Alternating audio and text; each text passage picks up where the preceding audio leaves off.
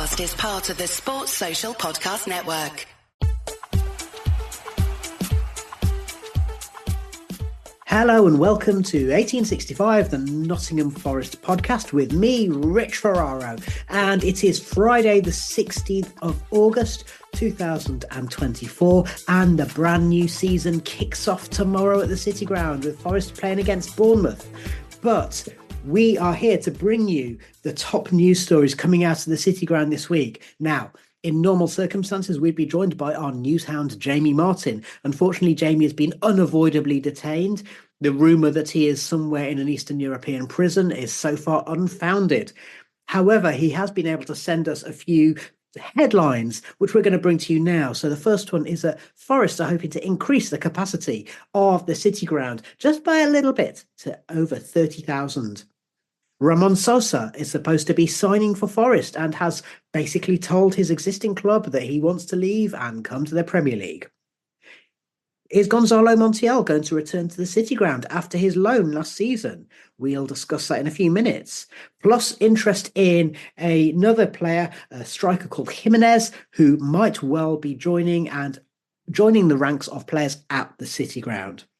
And finally, Nuno did his pre-match press conference, and we'll hear a little bit about what's going on with the Forest gaffer. But first of all, I'm joined by the Maradona of the Midlands. Maradona, we're hearing you in our podcast feeds twice in 3 days. So happy days for you. Well, happy days for me, but much happier days for the listeners, I'm sure. Well, absolutely. So let's just start off with talking about this idea about the Forest capacity. So the things that we know is that they have kind of expanded, added a couple of extra rows and moved a couple of walls around to expand ever so slightly. And then also we're getting these shipping containers, which are going to be made into mostly executive boxes. We did discuss in our pre-season preview that the big screens have been moved ever so slightly to accommodate a bit of extra seating. And it means that people in the upper Bridgeford can't actually see any of the screens because the one in the lower Bridgeford's at a funny angle and the one in the Trent End corner has now been moved to be kind of inside the stand. With the shipping containers being on order and the primary work going on, it is likely to be another few weeks before those are available. Maradona, obviously these are kind of small measures in terms of the big plan to expand the ground, but are these things to be welcomed? I guess so. I was reminded when I was hearing about these shipping corners and the increased capacity of the old Trent End corner. Remember that when we were kids? Football in the community, Forest football in the community used to go around and give school kids in the late 80s, early 90s cheap tickets. And we used to sit right on the corner bank between the old Trent End and the executive stand, it was called. There were a few hundred tickets there. Maybe it was many as 500. I can't remember. But that brought back some nostalgic memories for me. And for me, call me a traditionalist, call me old-fashioned, call me unrealistic. But I think that would have been a nicer option than a bunch of corporate shipping containers full of prawn sandwich eating bankers. Well, I mean, I didn't realise you had such a bad opinion of them. But anyway, I think we've got to think about where the money comes from, don't we? And clearly, Forest, with their expansion plans, the big picture plans, they are trying to improve the corporate capacity. So, unfortunately, prawn sandwiches are an important source of income, aren't they? They are. But you have to be careful with those prawn sandwiches. The heavy metal intake is a cause for concern, I say. I just put that out there for the corporate brigade. Well, thank you very much for your health advice there, Maradona. I mean, obviously, the other thing that's kind of still on the table is, and we did discuss it in the podcast the other day, that the club are clearly looking to expand the ground. They had this threat of moving the ground, but no one really wants that. And it's very, very clear that it was a bargaining chip, don't you think? I think so. And I just don't know why it's so complicated. They've had permission now to do the Peter Taylor stand, more or less. They had they were arguing about the ground and the lease, and then once that's all that sort of thing, actually, we want to do the Bridgeford end at the same time as well. I think just get it done, just get the Peter Taylor stand done, and just move on from there. See what happens in a few years' time. It's just, I don't know. They sometimes make things more complicated than it needs to be. I feel. Who's they? But yeah, it's the ownership, people running the club, I guess. I mean, because obviously, look, the big complicating factor to me is that there's 3 councils involved as well, and we all know that councils don't ever get anything done quickly. No, they don't. And so, having had that permission for the Peter Taylor stand, having had that agreement supposedly on the table for now from Nottingham City Council, let's get that part done and worry about the rest later on. I just make it. I think it's making it more complicated and more delays. So I don't know. Maybe they do know what they're doing, and I'm just being naive. But I think we should just get it done.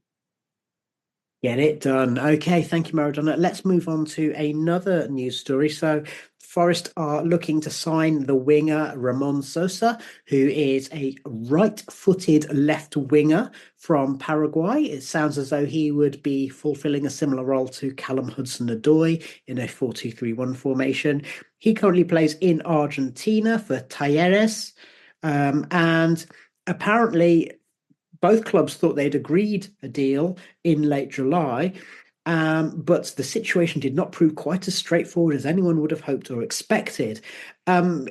Ultimately, it's obviously negotiations and negotiations.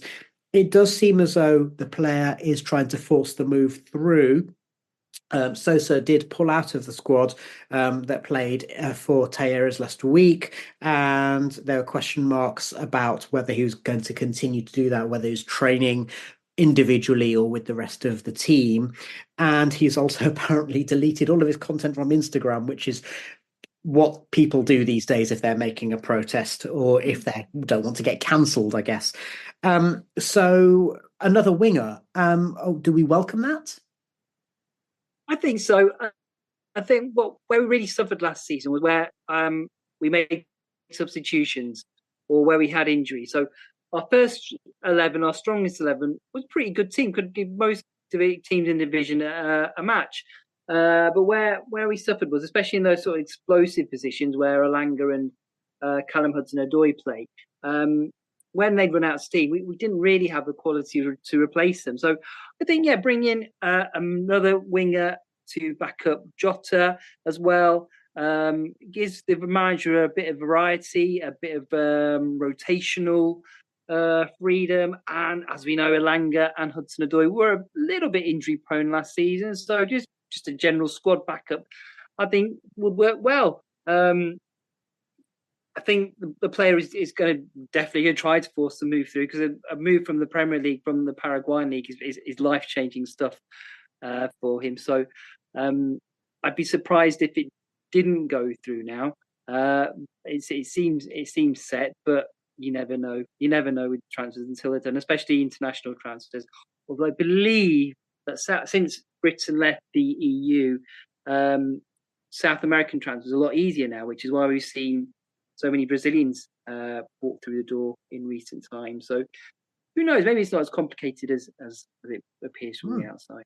Potentially an unintended positive consequence for football clubs. The other thing that I guess that comes to mind is that obviously Nuno can sometimes be a little bit conservative about putting new signings in straight away, but with Sosa there is the added complication of language. So oddly, I always thought that Spanish was the first language in Paraguay. It turns out that Spanish is his second language, and he speaks a dialectical Paraguayan language. And when he moved to Argentina, he's had to improve his Spanish. He doesn't currently speak any English. Now, obviously, there's a few members of the squad who speak Spanish as their first or second language.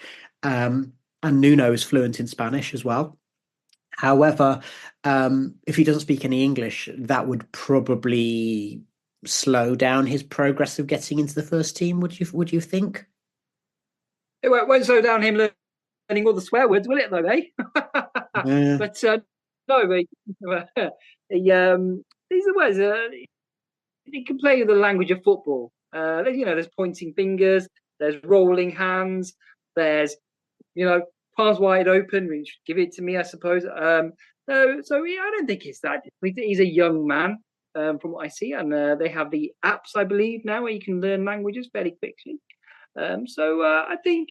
I think if is a multicultural, multilingual dressing room now as well, I don't think he'd find it too difficult. He's got to comes with the right attitude and wanting to learn. I don't think it should be any more difficult for him than it was for, say, a Danilo or Murillo moving to these shores. Okay, well, I mean, and obviously, let's just remind ourselves as well the fact that the rumor was that one of the reasons that Scarpa was signed was actually as a bit to pave the way for Danilo, and at the same time as we had Felipe, who we don't think he spoke brilliant English when he moved over. So obviously, Scarpa being fluent in English and other languages meant that the kind of English, Portuguese, Spanish language triumvirate could be overcome ever so slightly. Yeah, I guess I don't think it would have. I mean, you can get interpreters for a lot less money than Scarpa was on, and so I don't think that was the main reason. I think paying somebody 40 grand a week to translate probably not the best business idea in these PSR times. But from what I've seen, they've got a fairly decent. I mean, I don't speak Portuguese, but the guy who translated for Felipe on the interviews when he was here seemed to know how to speak Portuguese, and I'm sure they can find somebody who can speak Spanish, but Paraguayan dialect. I don't know. I've not heard of that one before. I like to think of myself as a bit of a language expert, but the Paraguayan dialect is one that's passed me by, I'm afraid. Well, yes. So the dialect is called, he says, just looking it up a little bit, Guarani, which is more prevalent in the rural areas of Paraguay where Sosa is from. So that's hot off the press, that is. Anyway, we'll be back in just a minute or two with more news from the City Ground.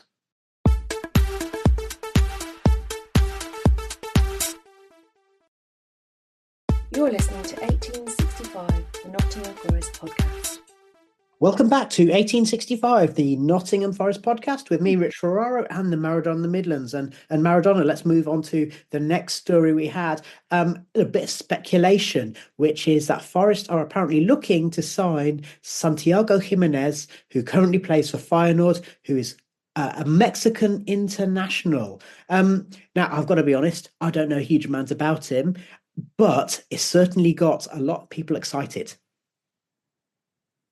Yeah, I think he's scored a lot of goals in the Eredivisie in the last couple of years, and he's an international footballer.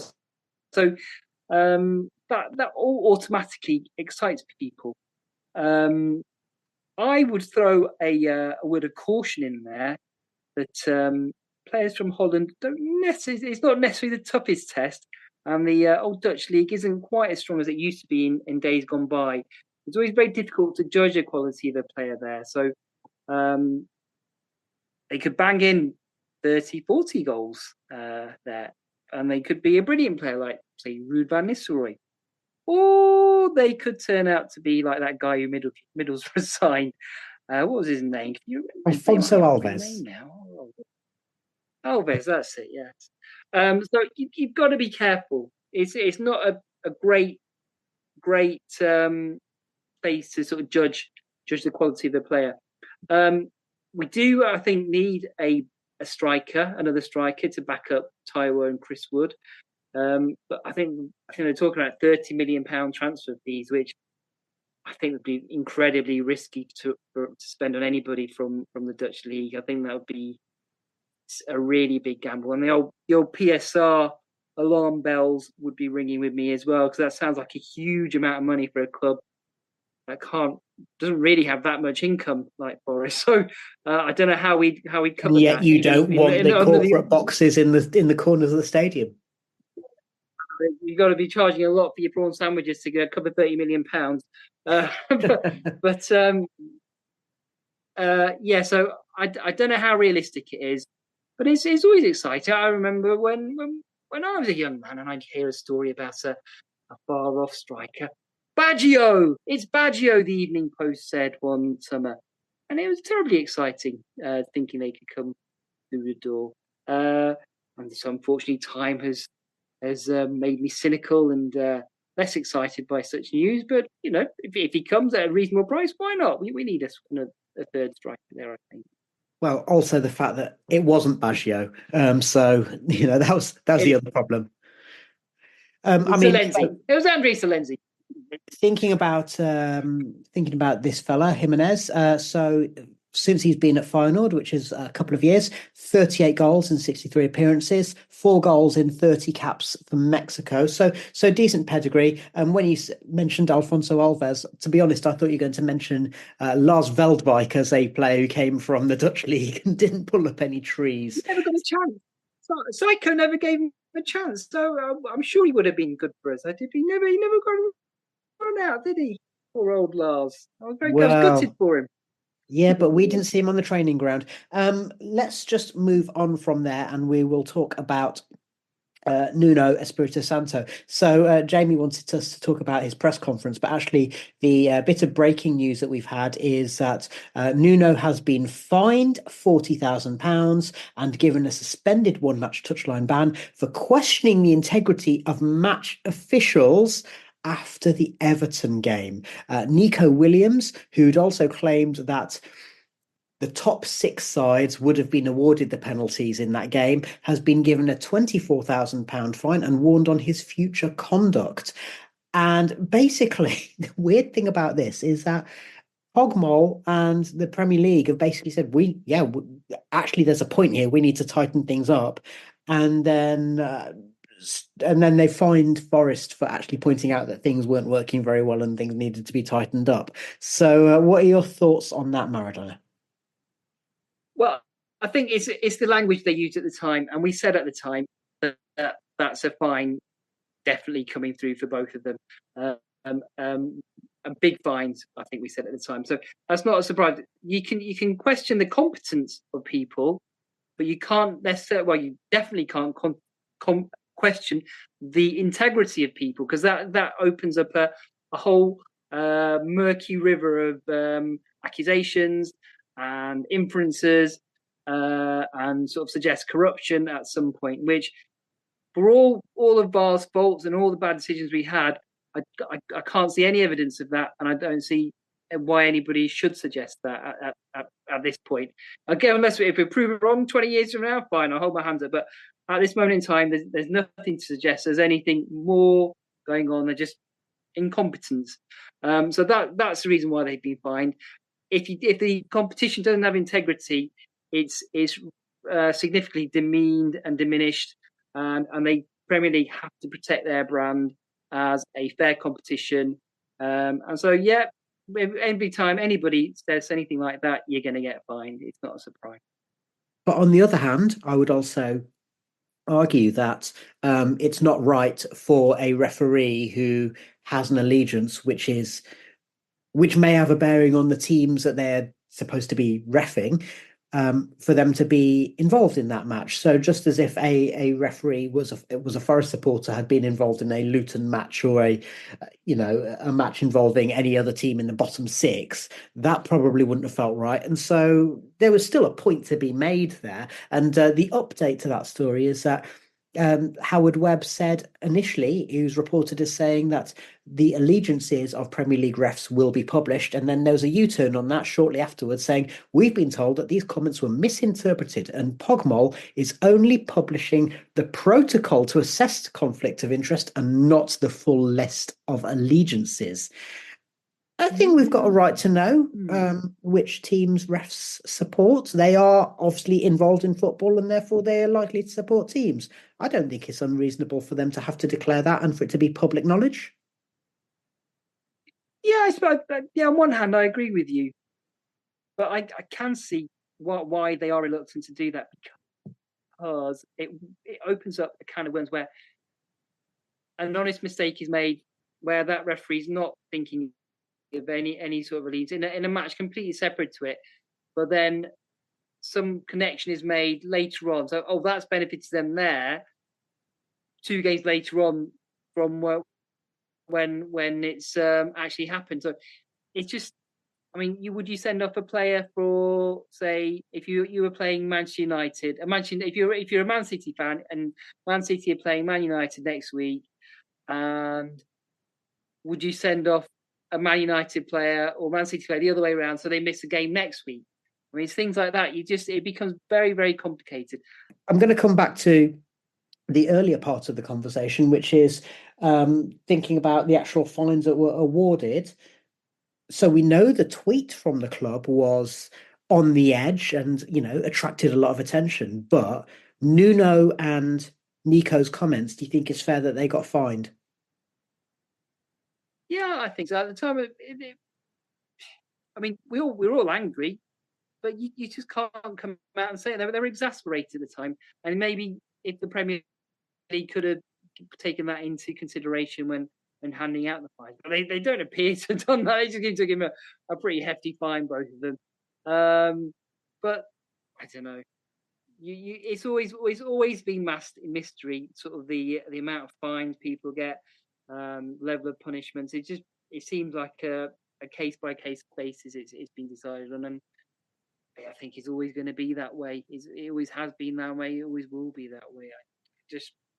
I think they take into consideration how much money they earn, but that's probably about it, really. And they just give them a good whack. Well, yeah, for opening their mouth. Yeah, and obviously, a £40,000 fine for Nuno is, in relative terms, is a few £100 fine for a lot of other working people. Just quickly, the other story which we haven't touched upon yet. There are rumours that Forest are interested in bringing Gonzalo Montiel back to the City ground. I thought he was good in patches, but was broadly underwhelming considering the pedigree that he had. I certainly don't really see a reason to bring him back, bearing in mind that we've got Williams, Aina, and now Moreira competing for the right-back slot. And I know that Aina's more likely to play on the left-hand side, but we've got enough there, I would have thought, wouldn't you? Yeah, that's like my initial thought also when I heard the rumour. Montiel was very much a coin toss player. He could either be brilliant or terrible. There's nothing in between. I remember that game at Crystal Palace when he came on, and he was fantastic. He was bobbing forward. I think he had a volley at one point, and then you see other games where he just gives the ball away. I can't remember one of the games towards the end of the season. And when we played Arsenal, he Arsenal, yeah, and he's just terrible then. And there's still all that baggage with his off-field stuff that was sort of hanging around last summer, and I don't think it's gone away this summer. So, I mean, to bring that sort of negative publicity back on the club again, I just don't see why we do it. In that sense, anything that the club does, well, nothing the club does surprises me anymore. People have been very, very fulsome in their praise for the club, having a very measured transfer window so far. So, sort of just only a few players, just strengthening key areas. But it would not surprise me at all between now and the end of the window, half a dozen players went out and another 12 came in on transfer deadline day. Because there's just somebody in the club who loves to make a deal. And it's just, unless that person's left now, it could definitely happen again. And all that good sort of measured, steady work over the summer will be blown again. We're back to where we were at the beginning of last season. And yeah, well, you kind of touched upon the point that I was about to make, which is that with regards to, well, I was having a chat with Neil from Anfield Rap podcast today, and he was asking me about how I feel things have gone. And I just said, you know what, if the transfer window shuts tomorrow, I'd be happy with what Forest have done with the 5 signings plus Marko Stamenic, who's been loaned to Olympiacos, because it's a sign of actually implementing a strategy and putting things in place.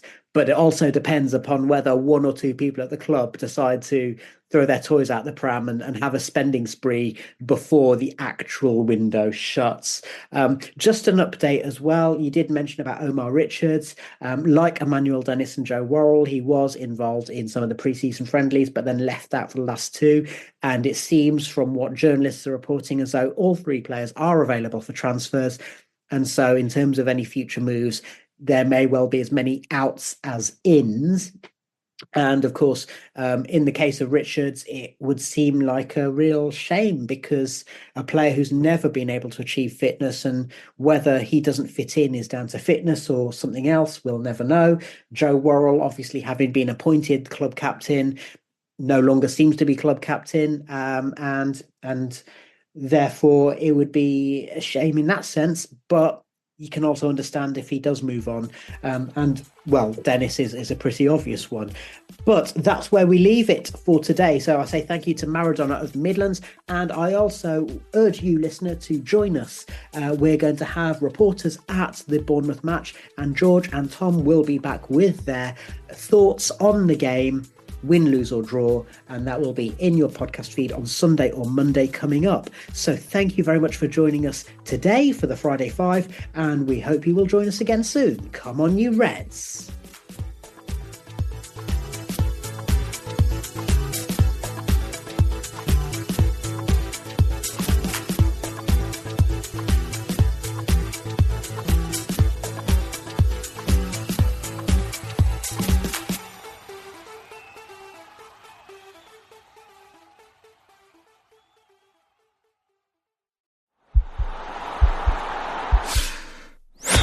This podcast is part of the Sports Social Podcast Network.